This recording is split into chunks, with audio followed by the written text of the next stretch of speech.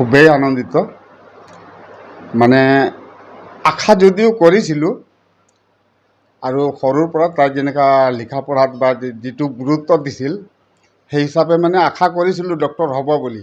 কিন্তু ইমান ধুনীয়াকৈ মানে ৰেংক পাই যে তাইৰ হৈছে, তাইৰ কাৰণে তাইক মানে কি ক'ম, আমি বেলেগক ক্ৰেডিটটো দিব নোৱাৰিম যে মই ইমান কৰি দিছোঁ বা মাকে ইমান কৰি দিছে বা ভায়েকে ইমান কৰি দিছে। একচুৱেলি যিটো হৈছে তাইৰ মানে নিজৰ হেৰিতে কৰিব পাৰিছে, সেইকাৰণে তাইকো আমি বহুত বহুত মানে ধন্যবাদ দিওঁ। তাইৰ কাৰণে আজি আমাৰ এটা পৰিচয় ওলাইছে। এই পৰিচয়টোত তাইহে আমাক মানে হেৰি কৰি দিলে, মানে ভাল খুব মানে এটা পৰিচয় যে আমাৰ আছে সেইখিনি তাই মানে উজ্বলাই তুলিলে। তাইৰ কাৰণে মানে খুব ধন্যবাদ। তাই সৰুৰ পৰা খুবেই অমায়িক। মানে আমি যিকোনো পৰিয়ালতে দেখা পাওঁ, মানে তাইৰ নিচিনা কষ্ট কৰি যে কৰিছে, মানে বিনা টিউশ্যন বিনা কোচিং, তাই নিজে নিজে যিমানখিনি পাৰিছে তাৰ ভিতৰত কৰি পেলাই ইমান ধুনীয়া ৰিজাল্ট কৰিছে একচুৱেলি।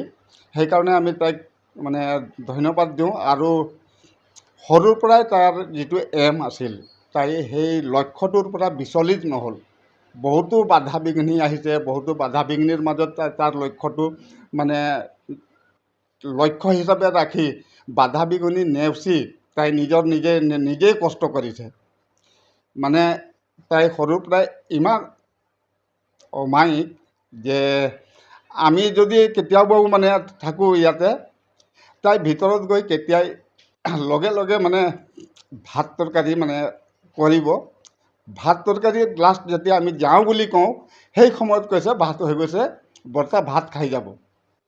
তো তাই ইমানখিনি কষ্ট কৰে। মানে অকল যে লিখা পঢ়াত আছে সেইটো নহয়, তাইক মানে সকলো ফালৰ পৰা যিকোনো দিশতে তাই কেতিয়াও মানে পিছ পৰি যোৱা নাই, পিছ পৰি নাথাকে। সেইকাৰণে মানে সেইটো এটা ভাল অমায়িক তাইৰ গুণ আছে। সেইকাৰণে তাইক ধন্যবাদ দিছোঁ। মই ইমানখিনি কৈয়ে সামৰিছোঁ।